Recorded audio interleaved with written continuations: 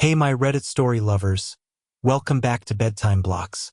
Tonight's story is a chilling one, full of strange whispers, eerie places, and the kind of moments that crawl under your skin. So, settle in, get cozy, and let the night take you deeper into this tale. If you've ever worked the 2 a.m. aisle reset at a big box store, you know the world shrinks to fluorescent hum and the sound of your own breathing. That night the air tasted like cardboard dust and lemon cleaner, a thin chemical sting that sat at the back of my throat every time I pulled a shrink-wrap strip. The store was a cathedral of silence, the kind you only notice when the music dies. And it had died. Someone from day shift forgot to loop the playlist, so the overhead speakers just hissed softly, a thin, restless static like a sleeping thing that couldn't quite settle. I was fronting cans in aisle 12, tomato paste on the left, crushed tomatoes on the right, labels lined like soldiers when the intercom clicked. It's a small sound, the kind you ignore after a few weeks, like your own heartbeat, but this click felt pointed. I waited for the usual, manager to receiving, or clean up on 7. Instead, the speaker paused, breathed, and in a voice that sounded too close, too careful, it said my name. Evan. Not employee. Not hey you. My name. It wasn't the thin, peppy voice of the store manager. It sounded like me, if I'd smoked for a decade and carried a long, quiet sadness. The word scuffed along the ceiling tiles and fell at my feet. I laughed because that's what you do when your brain trips. Make light, break the tension. Nice one, I said to the empty aisle, and the metal shelf echoed it back with a hollow little 1. The PA clicked again. Don't go into aisle 9, my voice said from above my head. My voice, but trained to a gentleness I don't use. We made a mistake earlier. The wheels of my stocking cart protested as I turned it, rubber whispering against floor wax. Aisle 9 was paper goods, a soft tunnel of tissue and towels that always smelled like clean linen, even at 2 a.m. It's funny how quickly curiosity can beat survival. I told myself I'd peek, just to find the prank. But I was already pushing past aisle 11, carrying that soft word, mistake, into the part of the store where the cameras never quite reached, and the lights always hummed one note lower. The paper aisle felt colder than the others, like the AC vents were pointed straight down its spine. I stood still and listened, waiting for another click from the ceiling. The hush here was heavier, the kind you feel in your gums. I ran a hand along a tower of bulk towels, the plastic tight as a drum under my palm. All right, I said, which is something you say to nothing when you want to claim the space. I'm here. The intercom didn't answer. Instead, the fluorescent light at the far end buzzed and blinked, not off, just dim, like something was breathing in front of it. I smelled wet cardboard. Not water, not cleaner. That specific sour dry smell of boxes that have been damp for a day too long. We'd had a leak last month. I pictured the ceiling catching sweat again, dark seams spreading. A box was out of place, wedged crooked in the middle of the floor. Not a case of paper, but one of those flat, generic shipping cartons with thick brown tape and no branding. I would have rolled it to receiving, if the label hadn't been printed with my name. Not a scrawl. Printed. Evan Harbor, uppercase, the kind of neat that corporate likes. The barcode looked real. The date stamp was tonight. I crouched, and the air bit my skin as if the tile was radiating old fridge cold.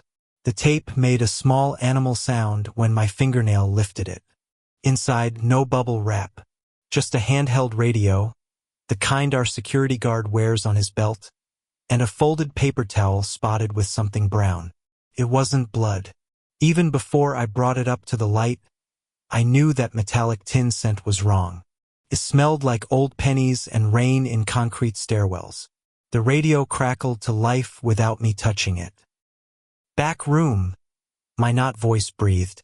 Receiving. Now. The overhead intercom clicked at the same time, a stereo of me from above and me in my hand, and it felt like the store itself had learned my name.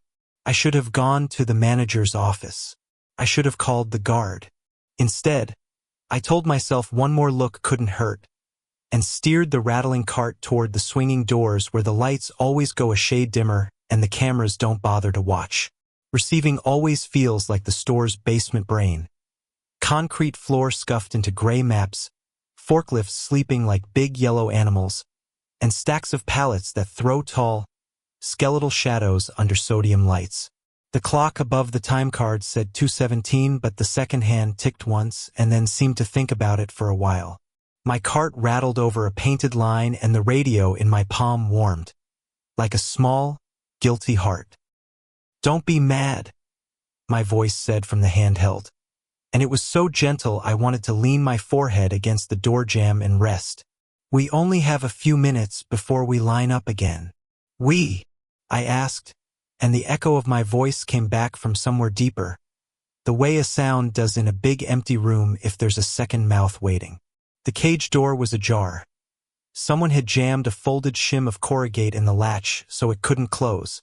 Inside, instead of the usual mess of returns and ad banners, there was order. Too much order. 3 shrink-wrapped pallets, each labeled with an aisle number in neat block print, and a 4-digit SKU I'd never seen. The labels were the kind you peel from a roll when you're pretending to be official. Aisle 9. Aisle 12. Front. Under the plastic, the product wasn't product. It was mirror. Not funhouse mirrors or dressing room mirrors. They were those convex domes you bolt high near the ceiling, the ones that let you see the whole aisle in a single distorted blink.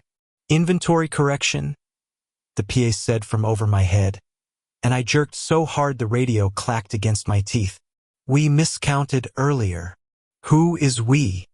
I said again, but this time I was already walking, hands finding the box cutter on instinct, blade sliding free with that small, confessing sound. When I slit the plastic on the pallet marked front, the smell was clean and a little like ozone, like something had been wiped of fingerprints with cold light. The convex domes winked at me with their little eyes, each reflecting the sodium bulbs as a bent, floating coin. "Evan," the overhead breathed, and the sound softened the room. "Face away." I didn't.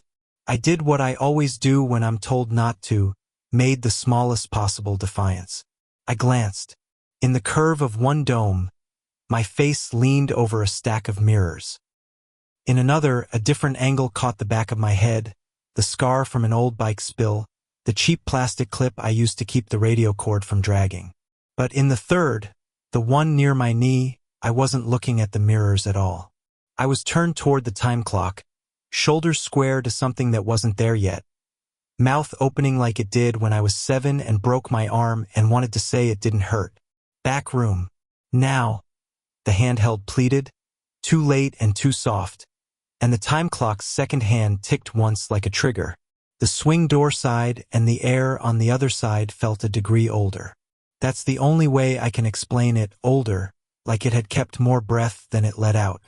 The tunnel to the manager's office was a run of beige cinder block I've walked 1,000 times, and in the bad fluorescent, the texture looked like poured oatmeal. I told myself a prank was still a prank if it took planning.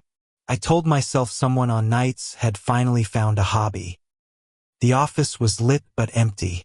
Clipboard neat on the desk, chairs tucked, the candy jar with a single butterscotch melted into its foil. On the monitor array, the aisles flickered in black and white angles, 3, 5, 7, 9, and 9 again, as if 2 cameras had been told to watch the same place from bones that didn't line up. In one feed, aisle 12, I watched myself push a cart. In another, front end, I watched that same cart stand still. In aisle 9, I was not there, but on the adjacent feed labeled receiving, I saw the back of my head framed by convex domes that reflected a round white face I didn't recognize until it smiled like mine. Something moved under the desk. A whisper against plastic. I crouched and my knees popped a little, and there it was. A second handheld radio, identical to the first, dead except for a dull glow where the channel number should be. It showed a 0. Radios don't do 0. I touched it. The PA clicked. The handheld in my pocket trembled like a small animal. The dead one breathed once and said, "Not in my voice, but in the voice I use in my head when I'm trying to be kind to myself.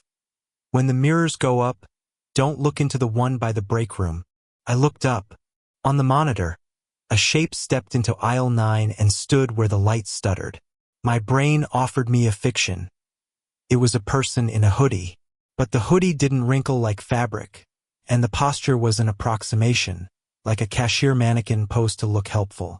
His head tipped, a fraction too heavy for a neck. I forgot to breathe and the room noticed.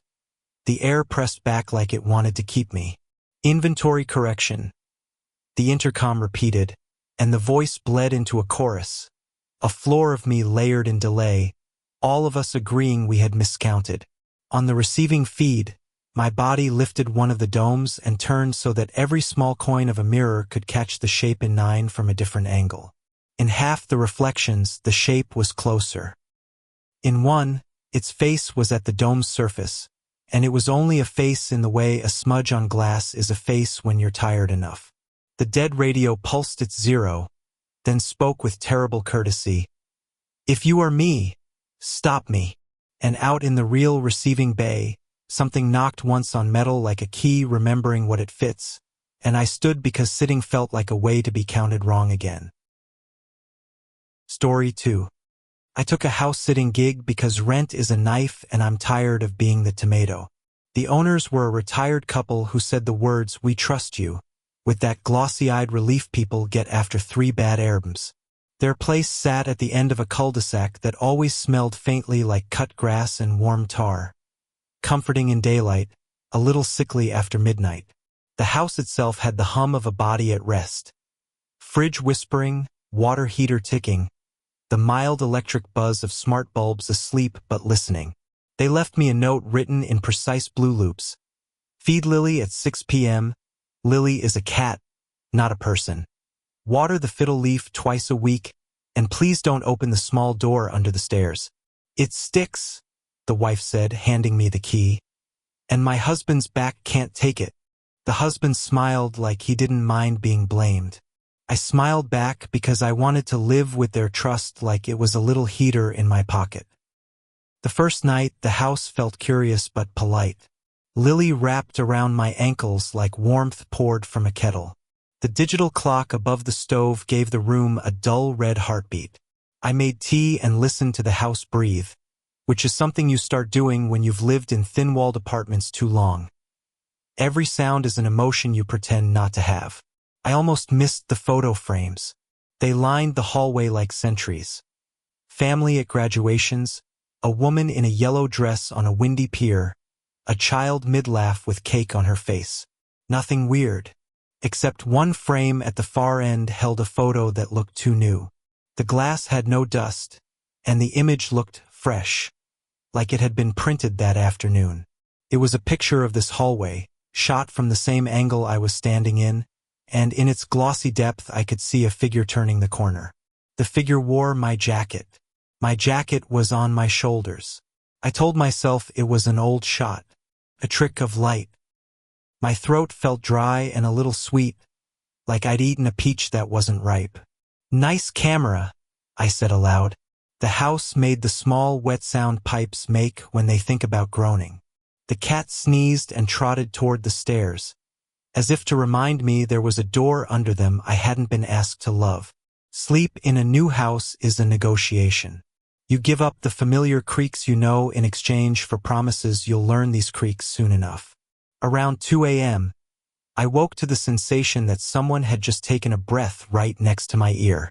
Not a gasp, not a snore. The start of a word. The dark had weight. It smelled like warm dust and something faintly sweet, like lilies left in a vase a day too long. I lay still and counted my heartbeats. 12 brought me to the edge of panic. 13 brought me to the decision point. I reached for my phone, lit the screen, and the room shrank back from the soft rectangle of light. No notification. No shadow stepping back into the closet. But through the open bedroom door, the hallway frames glinted like eyes. I slid out of bed, the carpet gentle but static grabby underfoot, and padded down the hall. The frames had shifted. You know how you can always sense when something's been moved a quarter inch? The photos angled minutely huddled toward the one at the end.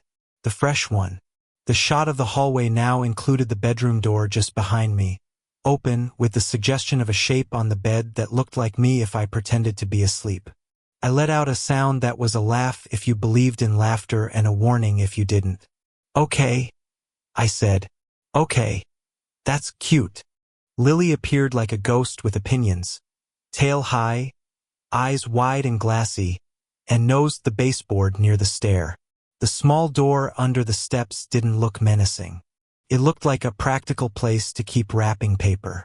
My fingers found the little brass knob and the wood felt cold, like it had been thinking of winter all evening. The door wasn't stuck. It was held, like someone pressing a hand from inside. When it gave, it did so with a breath, and a smell rolled out, cedar and something old and iron. The space inside held a row of photo frames leaned face down against the wall, a scatter of desiccant packets, and, arranged with careful, almost loving precision, 3 Polaroids of me in this house doing things I hadn't done yet.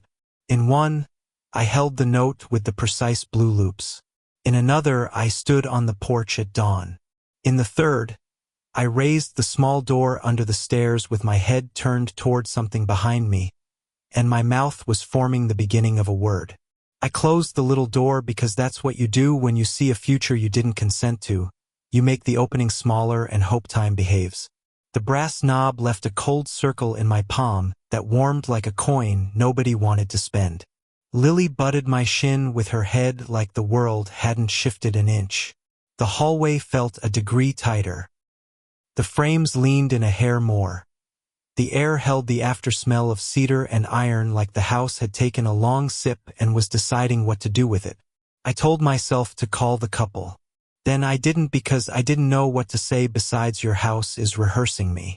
I took photos of the photos because that's what we do now to make things real. Put a rectangle around them and ask our phone to remember better than us. In my camera roll, the hallway shot looked normal for a beat, and then the live photo blinked and the figure that was me moved a fraction, head turning toward where the bedroom door would be. My real head did the same, like a compass needle obeying 2 magnets.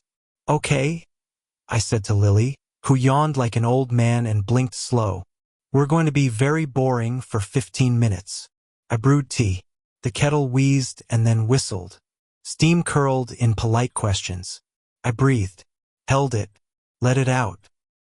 The breath left tasting faintly sweet, like the lilies I'd smelled at 2 a.m., except there were no flowers in the house, just the cat and the plant and me. When I carried my mug past the frames again, the fresh photo had changed. Not the whole shot, just the smallest thing. The angle of the bedroom door was narrower by a degree, as if whoever took the picture had shifted their foot a thumb's width.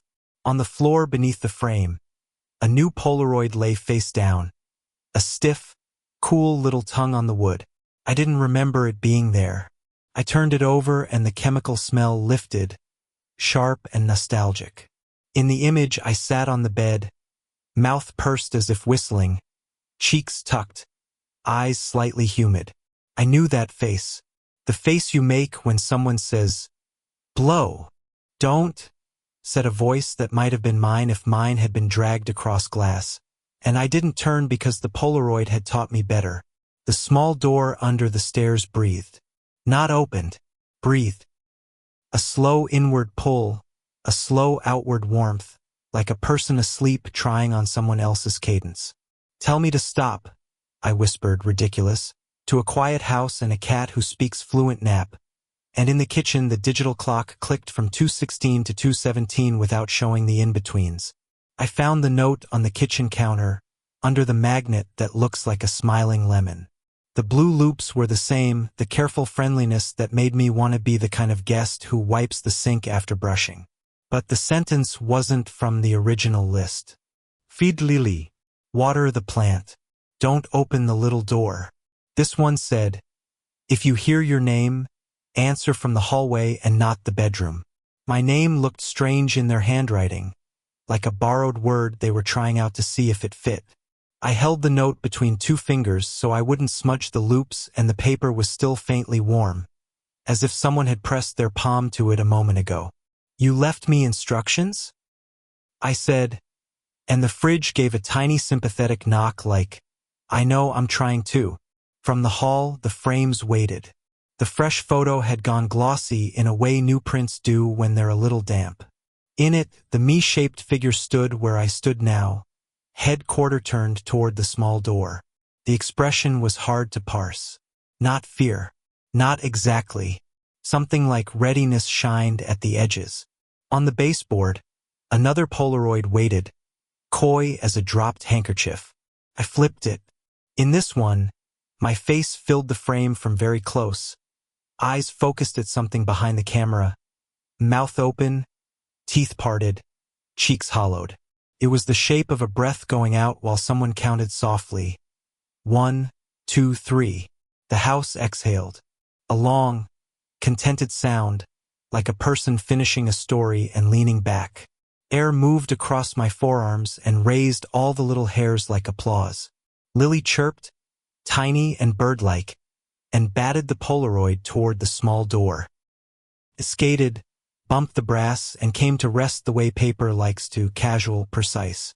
"Okay," I said, and my voice came out thick with that dream syrup fear that turns motion into theater. "You want my breath, you ask?" The word from the third Polaroid rose in my mouth like a bubble, round, almost sweet, the beginning of a name I knew and didn't know. The house leaned closer. The blue loops on the note seemed to brighten in a way paper shouldn't. I stood in the hallway where the lemon magnet told me to, square to the frames, and drew in a clean, ordinary lungful the way a singer rehearses. Measured, steady, polite, and when I spoke, I tried to give the house only the shape of the word and not the word itself, because some small, stubborn part of me wanted to keep at least a seed of my breath for later. Story 3. I took the ranger job because the forest doesn't talk unless you listen, and I was tired of people who shout and don't hear themselves. Our station is a battered rectangle of wood with coffee stains older than me and a radio older than anything else. At night, the pines lean in and make the road a throat, and the sky presses low until it smells like cold iron and wet bark. The stars are honest in a way I don't trust, and the wind writes you long letters you can't quite read. Dispatch insists we keep the old shortwave on, even though we have a new digital system that chirps like a happy sparrow.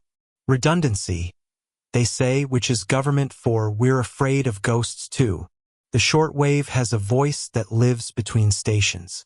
Crackles like a campfire you forgot to put out, and if you're alone long enough, you start hearing it as language. Monday night, I stopped pretending I wasn't. "Ridge," the static said, chewing the word until it was almost bark. "Don't go, Ridge." I turned my chair because that's what you do when you pretend a sound has a direction. The window showed me my own face ghosted with pine shadows. "Copy, prankster," I said, thumb tapping the shiny new radio just to feel something reliable. "Ridge is clear tonight." The shortwave hissed like a tea kettle held just before boil. Then it said my name. "No one uses my first name on the air. Out here your name is a call sign or a convenience, and I'm Ranger Miller unless someone is trying too hard." But the shortwave found the vowels of me and dragged them across the speaker, soft as a hand across rough bark. "Eli," it said, like we were already tired of knowing each other. "Don't go, Ridge." Out past the station, a coyote called once and then thought better of it. I stood, the floorboard complaining the way it always does under the left leg of my chair, and felt the temperature drop in that way that reminds you you're a bag of heat in a big cold room. "If this is Dan," I said. To the empty room, to the radio, to my reflection becoming a stranger. "I'm stealing your donuts for a week." The shortwave gave me a whisper I had to lean into to hear. "We were wrong last time." And that's how I found myself clipping on a flashlight and stepping into the kind of night that puts its hands on your shoulders and turns you toward the tree line like it's time to go home. The ridge path is a ribbon of granite and roots that has tripped better men than me. The air up there smells thinner, like the forest has been airing out its lungs all day and just remembered to inhale. My breath fogged, then didn't. The kind of temperature shift you blame on elevation until your skin tells you it's something else entirely. The shortwave rode my hip, heavy as a guilt, and the new radio chirped once, checked in with towers I couldn't see, and went quiet. Halfway up, the beam of my flashlight slid across something that shouldn't have had edges. A pale rectangle tucked behind a stump. It was a sign, but not ours. Weathered wood, hand-painted letters, a black arrow that had been repainted too many times. It said home in a font that suggested whoever wrote it had loved the word at least once. The arrow pointed off the trail into a stand of fur that didn't like being pointed into. "Dispatch, this is Miller," I said into the reliable chirp. "Found a homemade sign near marker 12. Probably campers. I'll take a quick look." The new radio popped with a wash of static. Then the shortwave woke like someone had pinched it awake. "Eli," it said again, and the way it held the "I" made my teeth hurt. "Don't. The door keeps swinging." I hadn't told anyone about the door last spring. The hiker we'd found had sworn there was a house in the woods where a house couldn't fit. All rafters and low ceilings and wallpaper with a pattern that looked like ferns until you realized it was hands. We found him dehydrated and apologizing to someone who wasn't there, and the only door within 10 miles had rusted off its hinges a decade ago. We chalked it up to hypothermia because that's the kind of chalk that writes a lot of our endings. I pushed into the furs because curiosity is a leash I pretend I'm holding and not wearing. The needles brushed my sleeves with that soft hiss that sounds like language if you're lonely. The ground went from forgiving to precise. No pine duff, just packed soil that remembered footsteps. The air smelled like boiled nettles and old varnish. My light kissed the corner of a wall that had no business in trees. Another step and the house was there, shouldering between trunks like it had grown from them. Clabbered gray as old teeth, a porch that sagged as if it was tired of holding up the dark, and a door that moved a little when there was no wind. The short wave, the traitor, breathed like a mouth close to my ear. "We were wrong," it said, and I realized the "we" had my shape inside it. "You don't go in. You come out." Up close, the house's paint had a texture like fish scales. Flaking, overlapping, slick with a kind of shine that wasn't water. My flashlight licked across a shutter and the shadow it threw bent the wrong way for the angle I stood at. Inside, a sound like distant silverware being set on a table. The door swung half an inch and thought better of it. The short wave panted softly on my hip, catching and losing words like a drunk trying to remember a song. "Dispatch, copy?" I tried the new radio because I wanted something living to answer. It chirped, professional and sincere, and then slipped into a hush so complete I could hear my own teeth touch. The short wave found a frequency for tenderness. "We left a light on," it said, and this time the "we" tasted like mine and pine sap. "Don't make me come get you." "Who are you?" I asked, and if I'm honest, the question wasn't for the radio. It was for the door. The metal handle was cold enough to sting even through gloves. The keyhole was false, painted on. When I leaned, the smell of boiled nettles and old varnish thickened until it felt like a cloth on my mouth. The thought came, "You've been here before. Not last spring. Before. A child's memory of a hallway with a low ceiling and wallpaper thin as skin. A pattern that looked like ferns and, if you stared, fingers. I swung the beam through a window. Dust, yes, but not the kind that floats and forgives. This dust seemed to weigh more than dust should. Footprints had drawn themselves in it, 2 sets. One entering, heel first, careful. One leaving, toe first, urgent. They were the same size. "Eli," the shortwave said, and the way it bent the "lee" made it sound like pleading. "Don't touch the threshold. Walk the siding instead. Walk the—" I said, but the edge of the porch had a narrow lip and I am not a boy anymore, and a life of safety briefings has a way of making you conservative about ankles. The radio hissed a laugh too near crying. "We broke the trail last time," it said. Don't break it again. I found the seam where siding met stone foundation. It made a mean little shelf. I put my boots sideways, felt old splinters through rubber like tiny, patient teeth, and shuffled along the wall, palm against paint that lifted under my touch as if remembering the shape of my hand. At the far corner, a window sat lower than the others. The glass was that wavy antique kind that makes the world look like it's breathing. My own face drifted up on the other side, older by a day I hadn't lived yet, and my mouth shaped a single syllable like a password I would hate to know. I didn't say it. I couldn't trust which mouth mine would be if I did. The shortwave fizzed as if relieved by my silence. Good, it told both of us. We're learning. Around the back, the house yielded a door half buried in leaves. Not a cellar hatch, taller, almost polite. Someone had tried to lock it with a chain and then thought better, leaving the padlock snapped but unlatched, a performance of safety for a danger that doesn't use doors. The smell here changed. Less varnish, more cold stone and something like old bread. Like air that had been breathed and rebreathed until it forgot everything but warmth. I set the new radio on the step because I wanted to know whether the house liked batteries.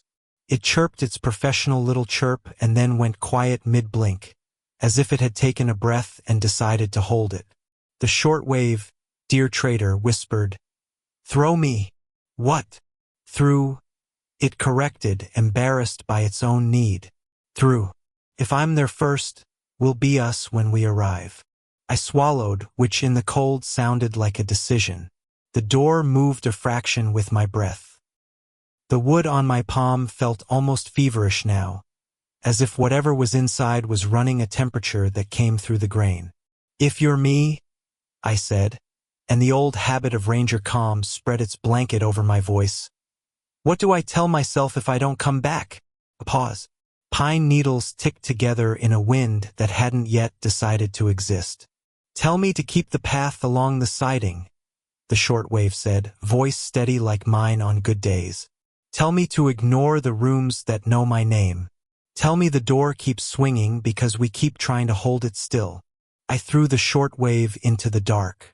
It made a sound not like a radio landing but like a stone meeting water from a very great height, distant, round, satisfied. The door side opened a handspan and stayed there as if considering me, and in the wavery glass of the low window a figure leaned in to watch. He had my shoulders and my hat pushed back and the week of beard I'd promised myself I'd shave in the morning. He mouthed something that might have been my name and then shook his head no with a tenderness I have never offered anyone.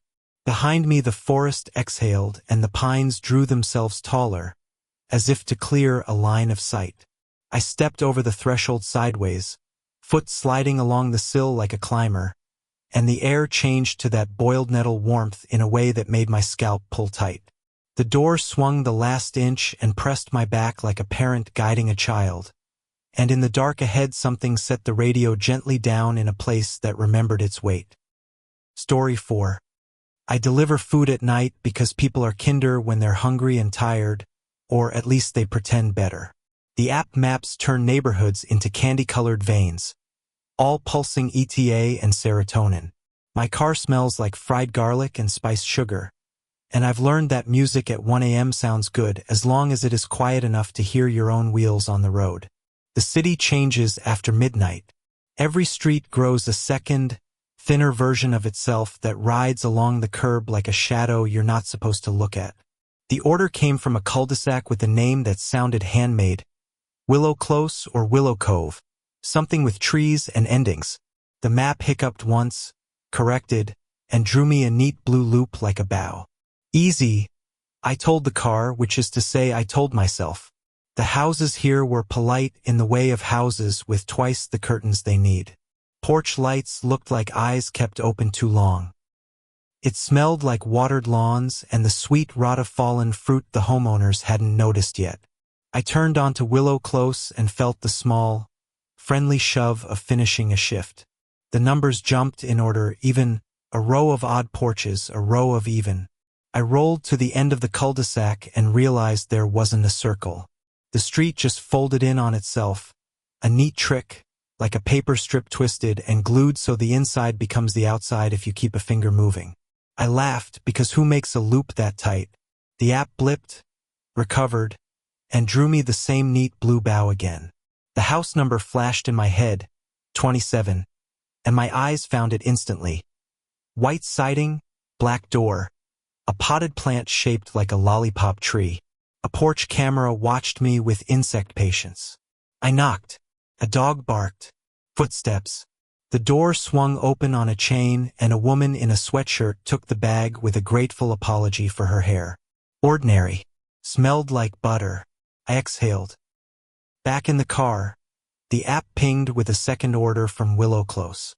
Numbers near 27. Sure, I said, because it was an extra 5 minutes and 5 minutes is rent. I drove. Past the lollipop tree. Thought I must have circled the little loop. But the next number should have been 29 and it wasn't. It was 27 again, the same porch, the same camera, the same dog barking in a shape my ears recognized. The app drew the loop like a promise, and I realized I hadn't actually turned the wheel.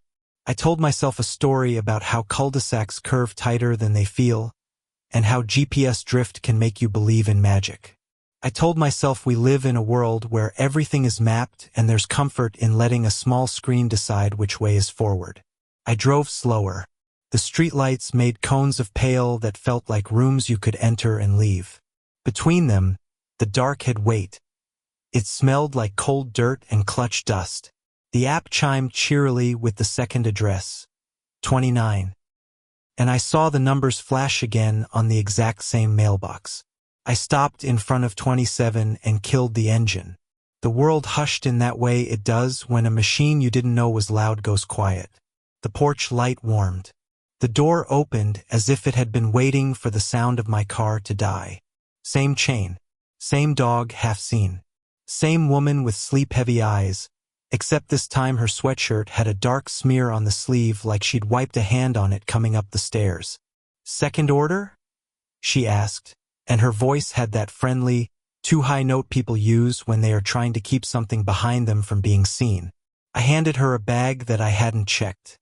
It felt heavier than the first, and for a second I could have sworn something inside shifted, not the way food shifts, but the way a small weight resettles because it is aware.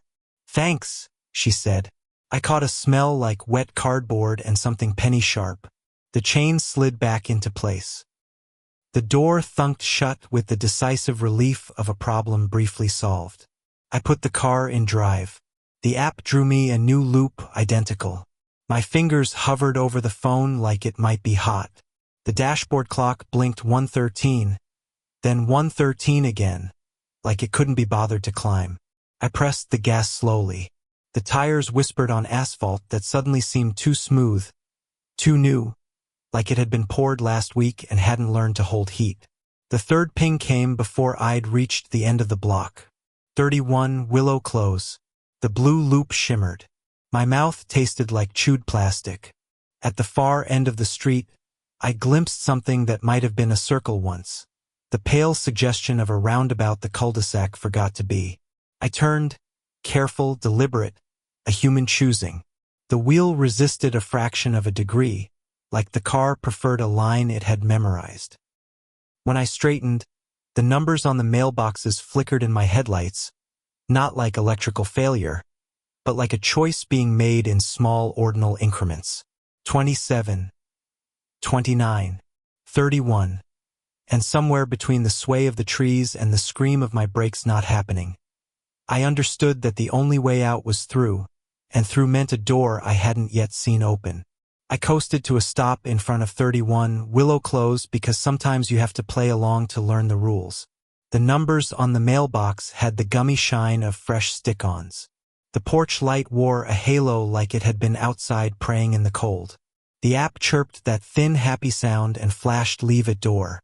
A curtain twitched upstairs as if a cat with very careful hands had adjusted it a fraction. I grabbed the bag and felt again that not food shift. It wasn't heavy, just decisive. The smell leaking through the fold wasn't garlic, wasn't sweet. It was wet cardboard and penny-sharp air, the scent of boxes stored in a garage that floods once a year and then pretends it doesn't. 3 minutes, the app promised, as if time was a delivery window. The street hummed like a refrigerator left open. I climbed 2 steps. The door opened before I knocked. A man with the look of someone who had practiced being unremarkable for years stood with the chain on. He wore a t-shirt that said something about a fun run that was not fun. His eyes were the color of kitchen light at 2 a.m. He didn't look at me. He looked at the bag like it might whisper if he gave it a chance. "You'll have to set it down," he said politely, the way someone speaks in a hospital at night. Facing out. I set it down. The bag breathed in once, out once. He flinched like people do when a car backfires because of a memory they didn't tell their first therapist.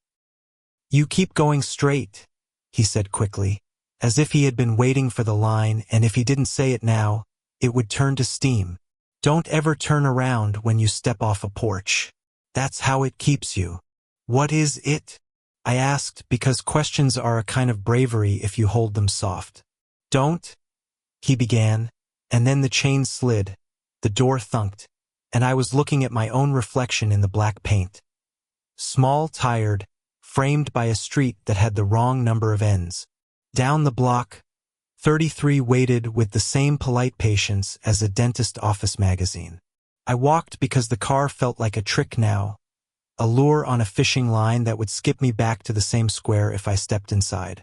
The air between houses tasted like sprinkler mist and old coins. Each lawn had a single imperfection placed with intent. A hose left in a line too straight, a plastic chair facing a fence, a toy that could not have belonged to a child who still lived here. My phone buzzed, though I hadn't told it to. A text from an unknown number. "Don't check the time." The lock screen said 1:13 anyway, which was funny because I hadn't touched it. The third porch had no number. Or rather, it had 3, 27, 29, 31. Laid over one another in vinyl, the topmost peeled back at the corner like a scab a kid couldn't leave alone. I climbed. The wood gave me a careful, testing creak, as if weighing me against what I might bring. The door had a window with that wavy antique glass, and behind it, a figure approached with the elaborate caution of someone carrying a bowl very full to the brim. She opened to the length of the chain and then stopped as if she'd run into an invisible appointment. Her eyes went to the bag in my hand even though there wasn't a ping for this house. "That's not for me," she said, but the way she said it made the sentence mean the opposite. "You leave it anyway. What happens if I—" "Don't," she said gently, like I was a dog considering a porcupine. "Don't ask and don't look back. Forward is a shape here. You have to make it. If you fail, the street will give you work." The phrase landed in my chest with the soft authority of a curse that pays hourly. The bag in my hand warmed, just enough to feel like a living thing might if it had a different idea about metabolism. I set it down, facing out like the man had taught me, and stepped backward carefully until my heels met the last riser. The porch exhaled. The door watched me with the peculiar intimacy of a camera not recording. Back on the sidewalk, the cul-de-sac tried to assemble itself where the road ought to end. The roundabout was almost convincing now, a pale circle sketched in the dark with the tip of something blunt. A wind came up from nowhere warm, smelled like fried starch and wet cardboard and the faintest sweetness of fruit gone one day past good. Pressed the back of my jacket like a hand. "Forward," I said aloud because I needed to hear it. I walked.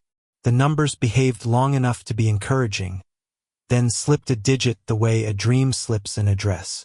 35, 37, 39. My phone buzzed twice like a metronome. The app showed a new order with no address, just a name for the street I was already on and the instruction delivered to the door that opens. On my right, a door opened with the tiny theater of a chain slipping its catch. Inside, a long hallway, low ceiling, wallpaper with a pattern like fern fronds until, if you squinted, you could see fingers. On the table just inside, a radio sat, old and patient, as if it had been waiting for a frequency I didn't know I spoke. I stepped in because the only way out was through, and the house's air had the precise temperature of a breath I hadn't taken yet, and the roundabout behind me dissolved like a promise that had been made to someone else. And that's where we'll leave it for tonight, my Reddit story lovers. Thanks for listening and letting the chills crawl in a little closer. If you enjoyed this one, don't forget to like the video, subscribe to Bedtime Blocks, and share your thoughts in the comments. I'd love to know which part kept you up the most. Until next time, sleep well if you can.